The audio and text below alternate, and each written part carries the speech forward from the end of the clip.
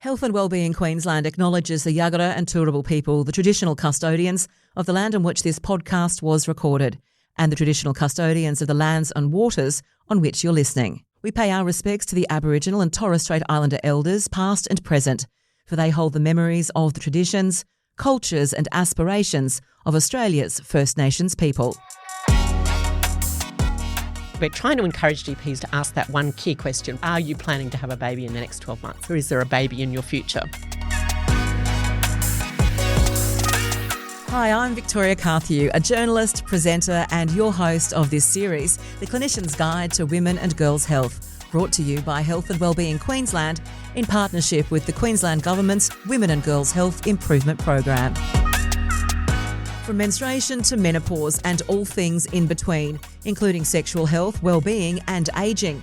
The Clinician's Guide to Women and Girls' Health podcast series speaks to leading Queensland experts about how health professionals can have effective, empathetic conversations with female clients, empowering them to take control of their health journey. Welcome to a special episode in our podcast series, while we're going to focus on reproductive health as it relates to pregnancy. One of our previous podcast series, The Clinician's Guide to the First 2,000 Days, had 2 episodes focused on antenatal care, with a focus on medical care with a hospital midwife and obstetrician and gynaecologist, as well as a focus on women's physical health with an exercise physiologist and an accredited practicing dietitian sharing their expertise. These are excellent episodes and I really encourage you to take some time to listen to them.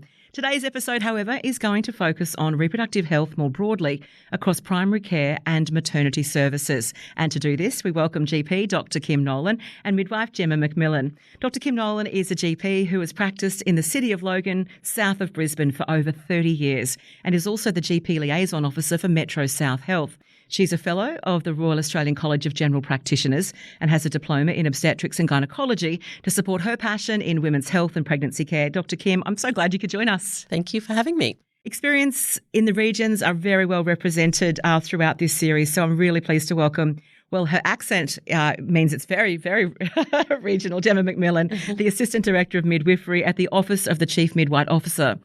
She's spent more than a decade working in both Townsville and within Torres and Cape Hospital and Health Service, leading on continuity models of care within midwifery practices. Gemma, it is so wonderful to have you in front of the microphone for this conversation. Thank you. Very happy to be with you. See, you're going to love listening to Gemma throughout the day.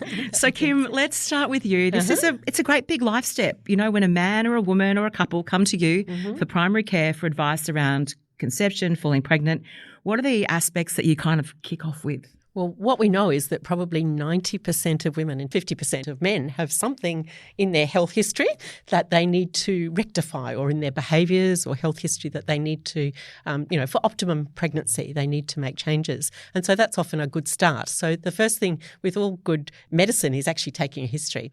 So what you want to know from this couple is, have they been trying to fall pregnant? How long have they been trying to fall pregnant? Have they had pregnancies before? So is there a history of pregnancies? And you want to know the outcome of all those pregnancies. So how did all those pregnancies go?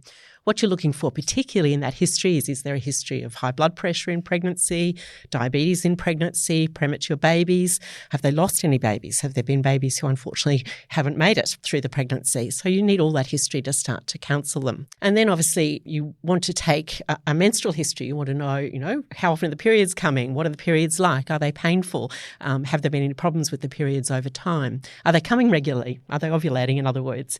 So you need to take that history. And obviously, unfortunately, people don't have a huge understanding of fertility awareness. So are they having sex at the right time? So, trying to get a history of where that's going. And then, from both of them, really taking a comprehensive medical family history, because those, give you lots of information about how this pregnancy is going to go. So, are there any illnesses in the family? Are there any genetic conditions in the family? And trying to, take a bit of a deep dive into their behaviours as well. So are they smokers? Do they drink? Do they use any other drugs?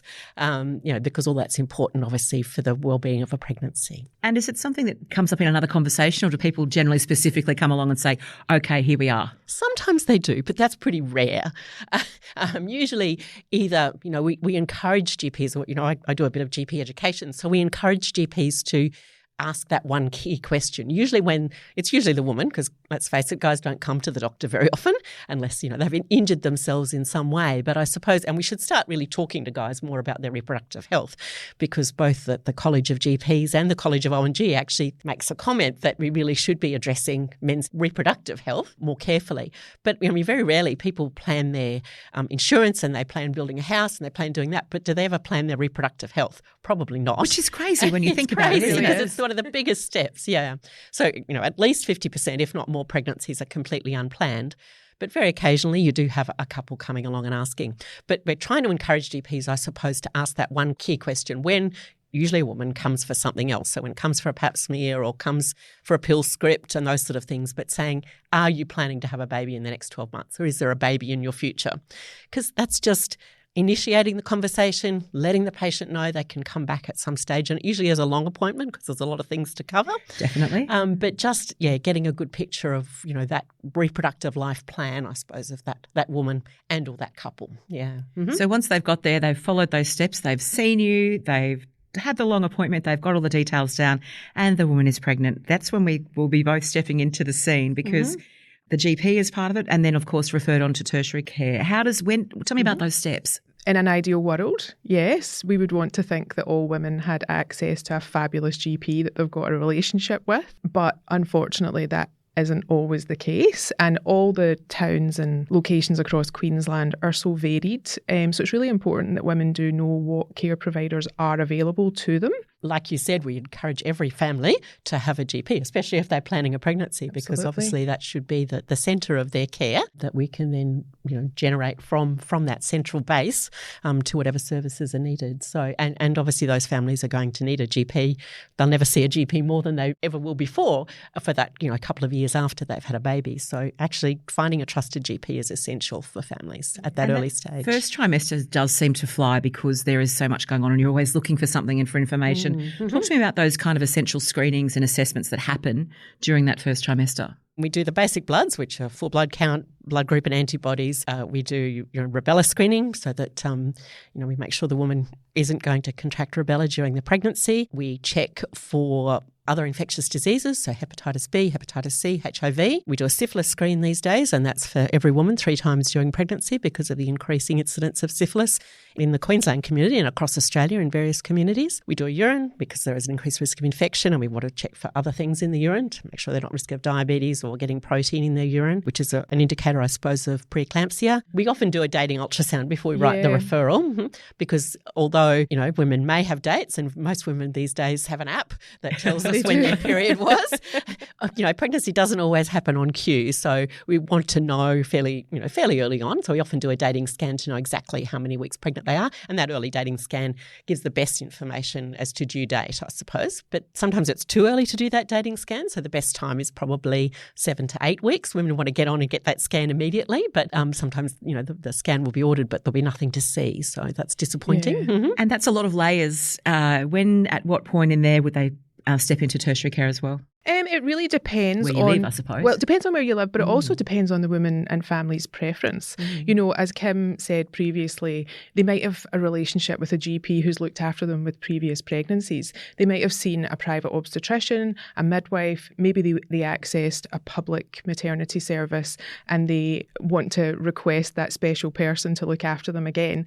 So it's really important that we listen to that, because women need to feel safe and secure in whatever model of care they choose. But you're right, that first trimester, there's so much happening. Often women don't feel like they're really thriving. And then here we are with, blood tests and ultrasounds and perhaps other types of screening, depending on what's in that woman's background or the family background.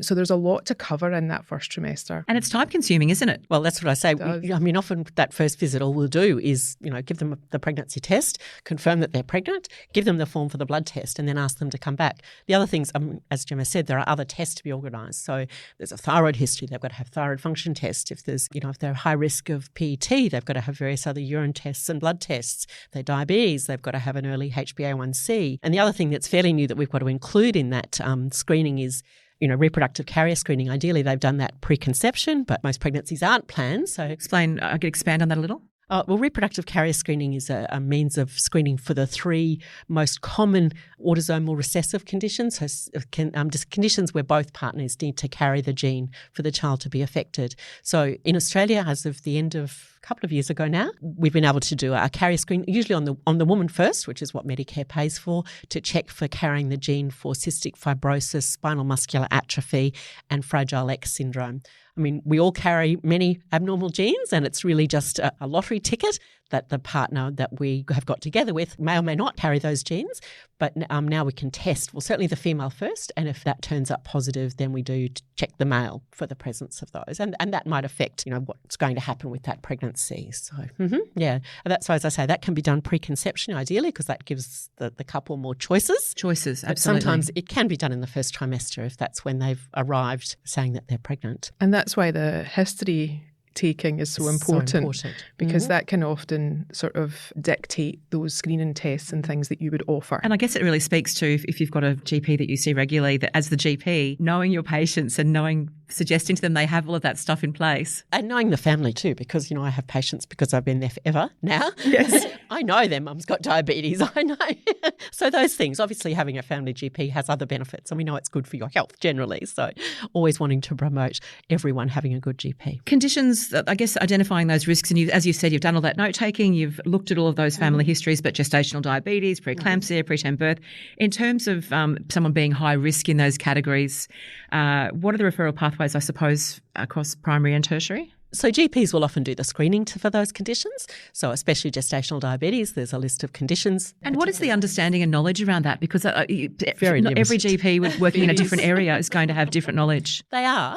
I mean, GPs should be fairly much aware of which patient groups are at risk, but that's part of GP education, and that's why we talked about people going through medical school. They're not going to know all these things necessarily because a lot of that isn't taught in medical school. You need to be out there. They need to be out there learning on the job, as we all do. So, yeah. And that's something for you, Gemma, that your time you spent in the far north, you would have seen probably a lot more than you'd recognise in the other parts of your career. Absolutely. Working as a midwife in Glasgow doesn't look quite the same as when you're working as a midwife in the remote Torres Strait Islands. Very different demographic and, different challenges, different needs. But I think it's really important that when women are accessing pregnancy care, nothing is looked at in isolation, because women and families are so much more than what they present with and the risks that they carry. So that's why it's really important to make sure that the priorities that have been identified by that family are addressed by the care provider. Gemma, I'm quite fascinated. Could you tell me about the work of the Office of the Chief Midwife Officer? I would love to. We have a number of priority projects, and some of them last quite a long time. So they've either been implemented or they're in the process of being implemented, and then they've got a bit of longevity to them. So we have got, specific to our First Nations families, we've got the Growing Deadly Families strategy. They have specific models of care for Aboriginal and Torres Strait Islander women. And quite often they're based where our priority populations would be: Ipswich, Logan, some rural and remote. And they are just doing amazing things and having great outcomes for those families. We also have the Queensland Birth Strategy. That is a strategy which was designed to address unwarranted variation in pregnancy outcome. By doing that, we also know that we would be tackling things like birth trauma, and we've got a climbing caesarean section rate in Queensland, well, in the world. And we wanted to implement a strategy that would try to tackle that. So that's what the Queensland Birth Strategy is doing. The other one that we have is our pregnancy self-referral portal. So this was born out of a couple of things, but really because we know that there was sometimes a delay in women accessing maternity care. Maybe they didn't live in an area where they could access a GP or a care provider, or maybe finance was an issue, budget was an issue. So we developed a self-referral portal so that women could actually refer themselves. And it's very easy. It's a form that's online, and it goes through to the hospital and health service where you're located, and then they triage that referral and get in touch with you and make you an appointment. It's going quite well considering it's not that old, but I think it's going to get very popular. Don't go anywhere, our conversation continues after these messages.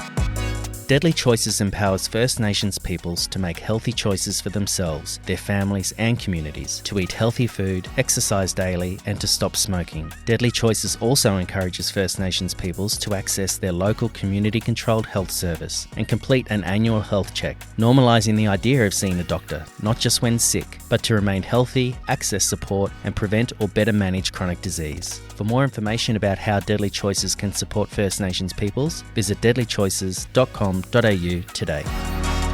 Welcome back to the Clinician's Guide to Women and Girls Health podcast, developed especially for health professionals. If we look at the maternal and child health report of the Chief Health Officer, in 2022, vaccinations in pregnancy had dropped. And if you could see him now, her eyes are raised. Vaccinations in pregnancy have dropped for influenza, amongst others. What are the implications of stepping away from those vaccinations? It's really hard post-COVID, I suppose, to get people sometimes to have vaccinations. They're perhaps, more inclined to have them if you explain, well, a lot of them are for the benefits of the child, so they're more likely to have them if they think it's going to protect their newborn more necessarily than they won't accept that it's, that they're at risk necessarily. But obviously being pregnant is a risk of influenza. They're a high risk of ending up in hospital with pneumonia. Same with COVID, the higher risk outcomes with COVID if you're pregnant. Almost impossible at the moment to get people to have COVID vaccinations, even though we know COVID's back in the community. They're saying there's a 9th wave at the moment, so numbers are increasing, especially through childcare centres, which is, again, where many young parents are spending a lot of time. And, children bring all sorts of things home from daycare, including COVID. And do you feel as though you are having to re-explain to patients all about the time. All the time, yep. It just seems like such a lot, doesn't it, when we say to women, we're going to offer you 4 vaccines in pregnancy, and the women think, whoa, just in my pregnancy, that's a lot. But when you actually take the time to go through each one of them, and there's sort of that kind of non-biased, lots of information, let the family and the women go away and have time and really consider their options. The vaccine hesitancy in pregnancy has definitely notably been on the rise. But as you say, Kim, the complications for pregnant women, the likelihood of them catching something in the first place, it's just so much more for the woman. And then obviously the knock-on effect to that baby. So whooping cough pertussis, is again back in, even in vaccinated children, there are small numbers of whooping cough in the community. So really encouraging pregnant women to have that for the sake of their newborn. It's obviously most important that the pregnant woman has it because she's the centre of the family, but, encouraging husbands and aunts and uncles and grandparents also to have the whooping cough vaccine. And many women, they won't let anyone near their baby until they've all been vaccinated, which is great. But the majority of patients, it's sometimes very hard to convince them that they need to have those vaccines. And as Gemma said, then there's another one later in pregnancy. But that's for the benefit of the baby. So they'll often have that one. Isn't that interesting that when it's a choice not for them, but for their baby? I think it's important to have conversations where it's ongoing. It's not just one and done, right. So it's not, we talked about that at your last appointment, we're not going to go there again. And just revisiting with families to make sure that you've answered all of their concerns is often the key. So once things start to ramp up, 2nd and 3rd trimesters are all around. We moved not from just primary care into tertiary care. I want to put a bit in there for GP shared care. So many women choose to stay with their GP. And because I work in Logan, there's not a great deal of private obstetricians in Logan. So we're trying to encourage many women who have a long-term established relationship with their GP can often stay with their GP for most of their pregnancy visits in a GP shared care arrangement. So a low-risk pregnancy. Do people know that it's an option for them? I think they do. It depends again on the service. So across Queensland, that's an option at many public hospitals. Yep. It is a model of care. And, when that information is being passed on in the beginning, women need to know about all the models of care that are out there for them, because we don't want women ending up in a model of care that doesn't suit them and isn't really meeting their needs. As you say, if you've got that trusted long-term relationship, great GP, and the woman says, oh, actually, I think that's where I want to be. I could honestly imagine that being so incredibly comforting if you had a GP that you had been with for a long time and trusted. And where do they access that kind of information around models of care that are available to them? We've got lots of website information. Queensland Health does a number of, and pregnancy information in Queensland Health can be quite spread out, and not just Queensland Health. I suppose that's kind of our job, is to make sure that women know where that information can be found. We've got a kind of a newish website, and it's all about supporting healthy pregnancy. And on there, we've got information about, we've got a self-referral portal for women who want to self-refer for their pregnancy care. So maybe don't have a GP or live remotely and they've got a fly-in, fly-out situation with a general practitioner. So we've got lots of information in different places, but very easy to find. You just have to put the word pregnant, pregnancy, baby, and lots of different things pop up. I love hearing you say baby, and I love that people can just Google like that. For anyone listening, any of these websites that we mention or papers or any research will be available in the show notes from the podcast. So it's a great place to be able to access or Google, as you say, Gemma, as well. Interested from both of you, a big conversation around alcohol and drug use during antenatal care, how you have those conversations and particularly those that are having mental health issues or addiction issues, about having those conversations. Is it about saying it's not about you, it's about the baby? How do you have those conversations? It's about being mindful that despite those sort of lifestyle challenges that people might be having, there's still a pregnancy progressing there. And again, I think when you do have that relationship-based care, it's a great opportunity to be having those conversations in a preconception appointment or very early pregnancy. And just, I suppose, understanding where families are at and what they might have going on in the background that's contributing to that current situation. We have a number of screening tools that look at things like smoking in pregnancy, alcohol and other drugs. But we know that women are very clever and might not divulge in a screening tool. It might need to be part of a sort of a ongoing conversation where you bring it back up. And most hospital services, certainly, there are definitely dedicated midwifery units that look after patients on a much more one-to-one basis. So a midwifery group practice where there's one or a couple of midwives that are involved in the care of those patients, whose job is really to really engage those particular patients and keep them coming back and chase them up if they don't come for appointments, even arrange to see them at not necessarily at the hospital if necessary. Yeah, where the women are. Yeah, where the women are. Go to the women rather than women come to them. And, so much so that, and are about harm minimisation. We'll take into account whatever the woman is taking, make sure that when they go into hospital, the particular drugs so that they don't go through withdrawal are available through the hospital pharmacy, can take them on a tour of special care if they think that their baby's going to go through a withdrawal. So it's really a much more individualised one-on-one care that a lot of the hospitals are able to offer women who've got certainly substance use problems. It strikes me that over time the role of the midwife and the jobs that you do has really grown, hasn't it, and changed? Mm-hmm. It really has. I'm not sure if it's changed or if we're just recognising it more, maybe. But yeah, the midwife is there from preconception until that baby is around 6 weeks old, particularly in the model that Kim's just described, which is midwifery continuity of care. And I think that just going back to how do you have those conversations, it's really important for women to know that you're there for them in whatever capacity that looks like. And we do have midwives who will meet women at the playgroup, who will meet women at the daycare, maybe at a friend's house because that's an easier place for them to be. And once you have identified the individual needs that family, that woman has, it's about wrapping services round about them. In a completely non-judgmental way. So yes. Accepting who they are and helping them get the best out of their pregnancy and the best for their baby. I almost felt this relief when you said that, because that's the hardest thing for every element of pregnancy, whether whatever path you're on. There's this huge area of judgment, isn't it? Particularly in this era when everyone feels as though they know everything. Yes, absolutely. Well, none of us know everything. I'm taught something by my patients every day. From a healthy habits perspective, can you talk to me about some of the dietary recommendations you provide individuals at this stage? For the first 12 weeks of pregnancy, we definitely want women to have adequate folate intake.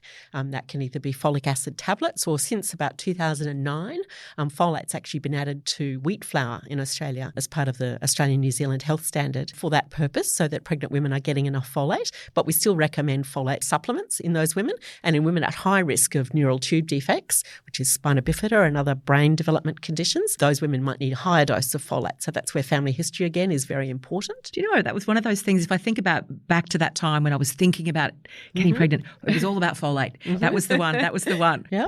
Pregnancy vitamins. Yeah. And I think, again, thinking about those relationships, it's really important that the language doesn't negatively impact the woman. So women have phenomenal insight, and quite often, they already know before you've started the conversation the things that they don't want to tell you. And that's okay too. But we do have a number of resources in primary care and in the sort of more tertiary setting that we can give women to take home. So there's brochures that can help guide nutrition in pregnancy, your healthy pregnancy, or healthy eating in pregnancy. And all of them are available online as well, because we don't like to send women home with bundles of leaflets anymore. I've got a poster on my wall, Your Healthy Pregnancy. What else is on that poster for us, Kim? Well, iodine is the other one. Iodine's important for thyroid development, brain development. We'll talk about that as well. But women need to be taking an iodine supplement. And understanding what families have access to is really important. Again, that can be location, budget, culture dependent. But having the conversation where the women and the family are letting you know what they have access to, what is in the weekly budget. I think that's really important when you're having conversations around eating and pregnancy. And I suppose as well, what they've got access to, what they can cook, how they're feeling, what they can do. You kind of need to be realistic, don't you, as well about what environmental factors, I suppose, impact on what they're able to feed themselves and their families. Right. And we have a real cafe culture in Australia, don't not we? Too much coffee. we start to talk about, how many coffees a day? And sometimes you just see women's faces drop because they think, don't tell me I'm not having caffeine. But it's often not about that. It's just about maybe curtailing a little bit, or maybe you could have a decaf, or, whatever's acceptable. And manageable. That's right. Let's talk about physical activity, because we know that it's just incredible now what exercise can do, but you're choosing the right stages of pregnancy to be choosing the right type of physical activity as well. I think, what women did pre-pregnancy or do pre-pregnancy is always a big factor in that conversation. Because they will want to continue that to some extent. And sometimes it's about testing the body and see what it's able to do. And again, it's a sort of an individual discussion and assessment of what's manageable. And obviously not overheating, drinking enough water, all those things while they Especially exercise. In our Queensland environment. So trying to get them to take care of themselves while they're exercising, but not jumping out of planes or anything too extreme, because there are risks associated with that. So, not water skiing, or, there are various things you shouldn't do while you're pregnant, but most general exercise is fine. And we recommend 150 minutes or so a week, which sounds like a lot, but when you break it down into, 5 sessions of 30 minutes or something, which is taking the kids to the park and throwing a ball around, or movement. Just trying to just keep them moving. Yep. And I think understanding the relationship between movement and feeling good in your pregnancy, rather than being stagnant and starting to get stiff and sore and uncomfortable. Sometimes that can be a really good conversation to have, and for women to understand. It seems more manageable when you do break it down into what is an everyday sort of activity. I guess we all want to get it right, don't we? We all want to be doing the right thing and following all of the rules and the boundaries. And it's easy to feel some kind of shame if you're not perfect, if you're not getting it exactly right through pregnancy. So are there sort of things you can do to really foster that? Like, we don't want to be judgmental. We want to be with you and be supportive on this. How do you go about that from a care perspective? There will be, I suppose, that kind of lead-in period if you haven't worked with this family before. I think if it is a continuity model with midwives, there's more of an opportunity there to have sort of appointments at home, appointments out with that sort of clinical setting, where families feel really comfortable because they're in their own surroundings. There's no time pressure. The midwives come to them, and that kind of care appointment to some extent can be driven by them. Understanding what the family's motivations are, if they've got any concerns. I was just going to say, there are changes that are going to happen, but that's all part of being ready and being able to have this baby in your life. Do body image issues come up in pregnancy very often? They certainly do. They do, yeah. Weight stigma. I know we've seen quite a bit of research coming out now. Women who have curtailed eating and had eating disorders, and women who are perhaps considered overweight. It can be exceptionally confronting. And then when you have these huge changes in your body, and even in planned pregnancies, the woman's just not prepared for the changes and how they make her feel. They want to be excited about this pregnancy. They want to be excited about bringing this baby home, but are having real challenges in clothes not fitting, and at appointments being asked to step on scales, or maybe if you've had your blood pressure taken and someone's had to go and get a bigger blood pressure cuff. That can all feel very personal.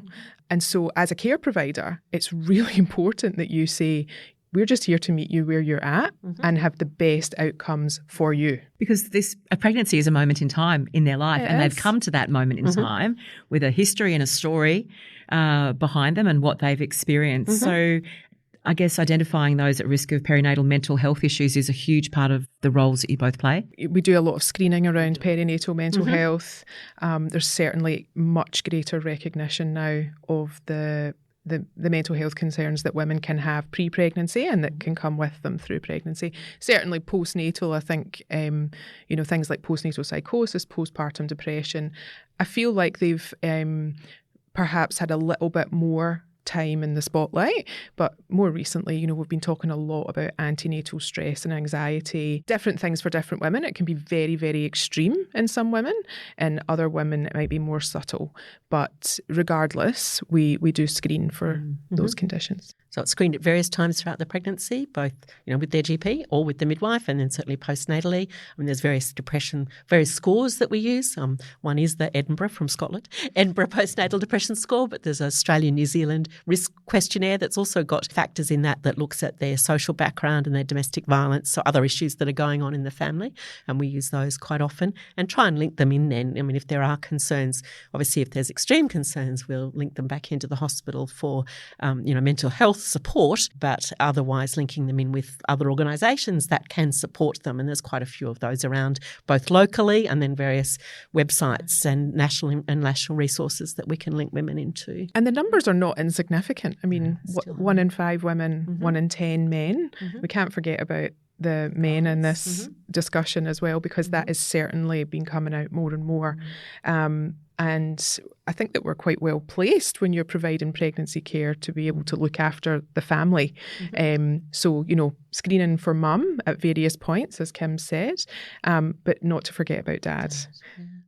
And again, back to having the family GP. If the GP knows about it, and we are trained in various mental health skills, we can get access to psychologists through our mental health care plan, or we can get them to, there's an organisation called COPE, Centre of Perinatal Excellence, which has, the woman or the guy can actually get an SMS once a week that sort of guides them to where their mental health should be going and how are they ready to cope, basically, ready to cope to be new parents. Yeah. We also have other tools for specific cultural groups. So we have a thing called the Kimberley Mums Mood Scale, which we used for Aboriginal and Torres Strait Islander women. There's another programme in Western Australia that we've had a look at for Queensland. It's called Baby Coming You Ready. And these screening tools are just more appropriate for people of Aboriginal and Torres Strait Islander descent. And we've talked quite a lot across the series around trauma-informed care and how you approach that, particularly in fertility and pregnancy care. Everything is heightened. So where does all of this play a role? I guess some of those systems and supports that you're talking about will play into trauma-informed care as well. We had a really good discussion, some colleagues and I, a few weeks back about trauma-informed care and the fact that providing care through a trauma-informed lens doesn't harm anyone.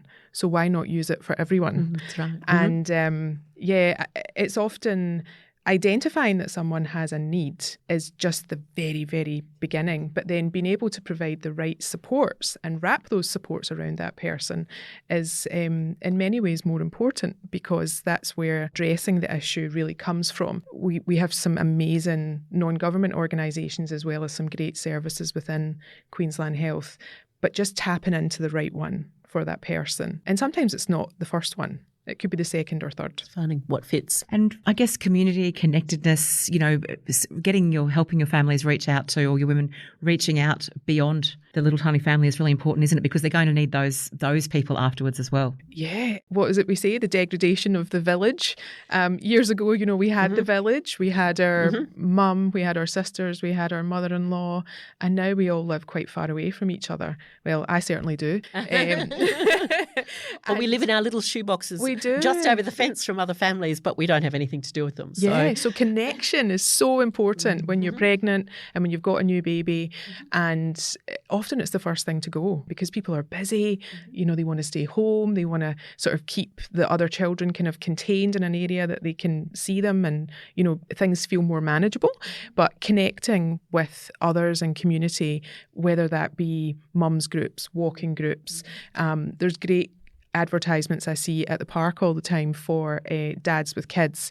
And it's, dads that are maybe having some parental leave whilst mums return to work or whatever, and they meet once a week and they have like a sort of a play date with the kids. And there's things like Steaks with Mates, which is a men's mental health group for sort of new dads and who just want to talk to each other. But really it's about recreating that village for yourself. You're listening to the Clinician's Guide to Women and Girls Health podcast. Stay with us as our conversation continues after this short break. Connecting to You is a free text messaging service that provides timely information, tips and health check reminders for new Queensland parents and carers to keep their child healthy and strong. Encourage parents and carers who are in your care to sign up for free weekly text messages with information, tips and health check reminders for the first 5 years of their child's life. Find out more at childrens.health.qld.gov.au. Thanks for listening. Now let's return to our conversation. You both have incredible experience with communities, priority communities who face particular challenges. Tell us about some of the barriers to care and access and be it cost of living, are the barriers for some of those priority communities? Thinking about support, I mean, the Pacifica community in Logan has a huge support network. So they have a wonderful support network in their own community, though some people, don't want to be attached to that even though they are of that background. But reconnect with some sort of support organisation that is of their culture is very important. Even starting from as early as, going to a breastfeeding association meeting or something like that, but actually meeting other mothers who are at the same stage of their pregnancy. And that's for all women, but, especially those from other cultures. And other priority groups as well. So we have our First Nations community. You've obviously mentioned the Pacifica community.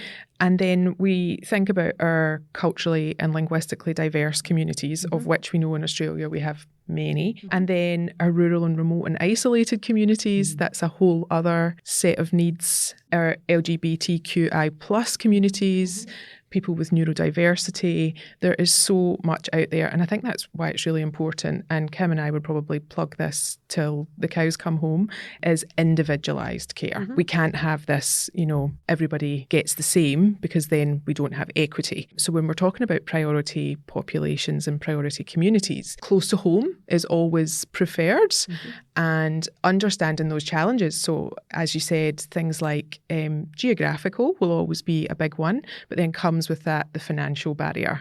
How do you access care and where are you going to get it from? And then often taking people away from their main support, which is their community, just to access care. And we see that in maternity all the time with the closure of rural birthing services. Unfortunately, that means that if your town has no birthing service or it's on bypass, then you have to go to the nearest one, which can be a plane ride away, can be hours drive away. Very considerable issues for those communities to try and overcome that. So access is huge. In terms of red flags, I'm wondering what you would see and what would present to you that you'd be particularly concerned about or worried about when you're having your appointments. Are there any that stand out particularly? Anything that would be worrying you if you saw it? Well, from medical conditions, I suppose, women who've got many risk factors for preeclampsia would send shockwaves into me, but also making sure that I'd communicated that. When I wrote the referral to the hospital, they were aware of those red flags. And we know in those women, starting aspirin early is something that we need to do. So being aware of when to start that, and that can be started by us and then continued with the hospital. But being alert, I suppose, to those conditions that can become very quickly serious during pregnancy, later on in pregnancy. Again, taking a careful history is part of that. The risks of preterm birth. So again, taking a careful history, carefully looking at the morphology scan to look at the length of the cervix, deciding if you need to start progestogen to prevent or minimise the risk of preterm birth. And obviously then the gestational diabetes concerns, which there's a lot of in Queensland. But just being aware of those risk factors and guiding those women. And for GPs as well, for those women and the women who've had preeclampsia, making sure that those families and women understand that those conditions predispose them to many health conditions later in life. So they're red flags that, are mine to help them through after pregnancy as well. So they're certainly red flags that I watch out for, to make sure that we're doing regular blood pressure, to make sure that their cardiovascular risk factors are all kept in check, to make sure they don't gain excess weight. And often that's between pregnancies as well. So trying to keep that energy going and talking with them, fairly soon after a baby, or we say, within 9 to 12 months about, well, are you planning another pregnancy? What's so next? Getting ready for the next one, because those conditions are probably going to recur. So just keeping that in women's minds. And from your perspective, Gemma, red flags you'd be looking for? I wouldn't necessarily say that I go looking for red flags. We do have a few things that will stick out, as Kim's mentioned. But what I would be particularly concerned about would be things that are causing concern for the woman or for the couple. That's often part of the conversation that we have, different parts of pregnancy. What is it that is causing you concern, or do you have questions that you want to ask me? And there's no question that's a silly question. If I don't know the answer, I can get it for you. Because as we said at the beginning, we don't know everything. Of course you do. We honestly don't. But we often know where to get that information, which just sort of puts families at ease. So yeah, red flags for me would be whatever the woman or the family identify are concerns for them. So much of this is about not waiting till something terrible happens. It's about prevention and early intervention, isn't it, Kim? Mm-hmm, mm-hmm. It is indeed. So, yeah, being aware of those things that, you do need to pick up early, preventing things before they happen, as you say, and reach those people who haven't necessarily engaged with health services before. So trying to encourage them that you're on their side. I mean, with young people these days, there's GPs now who go into a whole number of Queensland schools. So that's getting them used to going and seeing the GP. So GP in the school, one day a week that they can go and talk to. And that interaction with the healthcare system at a young age is so important. It is. And knowing they can have their own Medicare card and it's all private and confidential. So talking about that with young people particularly who wouldn't necessarily access medical services without mum or dad with them.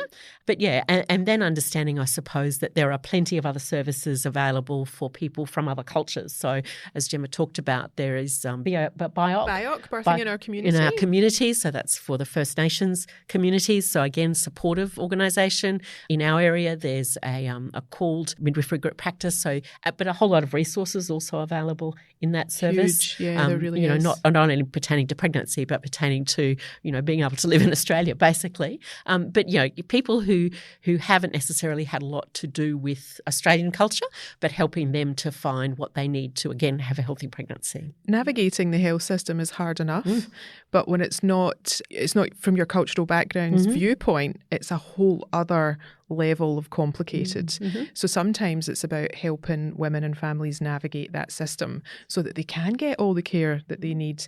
And it might be that the woman's never had a GP before, but she's come in and she's had a baby. And the first thing we say is, can you give me your GP's details so that I can send them this discharge letter and let them know that you've had a baby? And that's an opportunity to connect them with a GP. There are some GPs in some communities who have knowledge of that culture. So they're obviously ideal for those women, but they obviously can't see all the women in those cultures. So it's us getting to know a little bit about that culture as well and trying to support those families. And I was thinking about emotional well-being because you also want them to enjoy it. It is a special time of life. It's an extraordinary time of life. But if you can set them up well through the pregnancy, then that's for the afterwards as well, isn't it? Because life continues. The baby comes and then it's real life. So you're also helping set them up for that time once the baby's arrived. We want to make sure that families are mentally and physically well. Because when that baby comes along, of course, there's a baby born, but there's also a mother and a father created, if that's their first baby. And that family unit needs to be well. So navigating the pregnancy, not fear-mongering women. It is a normal life event, although women might have complications that mean that they need more sort of close investigation, more tests and screening and so forth, as we've spoken about. But really ensuring that when women come to the other side, to that postnatal journey, they're ready to mother. They're ready to provide everything that baby needs, but also that they're looking after themselves. We feel a huge amount of responsibility because that's hugely important. We don't ever want anyone to leave our care and feel broken or that, well, that was great, but I didn't get anything out of it. Thanks for that. That was, we really want to make sure that when women leave our care, as in, they might have the baby in the hospital, baby at home, and then they're discharged from midwifery services or the pregnancy care with the GP is finished, that they are set up You know, they've got everything at their disposal to go forth and really enjoy that time with their new baby. I feel like anyone with Team Gemma would be feeling set up because you're so positive and, inspirational, Kim. We try and keep our patients, inspired. So I'm always congratulating them when they come back with their new baby. As I say, if I've looked after them during pregnancy or not. So the first thing you do is welcome, the family, because, you may have seen the husband at the start, and you might have seen the male partner at the start or the partner, because it may not be a male, but the partner at the start and at the end. But welcoming that family back into our practice. Oh, ladies, this has been such a valuable and informative conversation. Before I let you escape the microphones, any final thoughts or words? I know this is to go out to health professionals, but I want all health professionals to encourage every family to have a good family GP that they trust and that they are comfortable seeing for everything, because that's what our job is. And I would really encourage health professionals to, if they're a little bit hesitant about pregnancy care and it's maybe not their favourite thing, there are lots of us who will talk about it all day, every day, and phone a friend. Phone a friend. If you need any support, help, there's lots of people out there who can provide support, and just make sure that your patients know what's available to them and don't keep them in the dark. You are both tremendous. Dr Kim Nolan and Midwife Gemma Macmillan, thank you both so much for being part of this wonderful conversation. Thank you. Today we've been talking to Dr Kim Nolan and Gemma Macmillan about preventive health within antenatal services and primary care settings. For more information and show notes from today's episode, visit the Health and Wellbeing Queensland website at allthews.hw.qld.gov.au. If you've liked today's conversation, be sure to subscribe for future episode updates. We'll see you next time on the Clinician's Guide to Women and Girls' Health.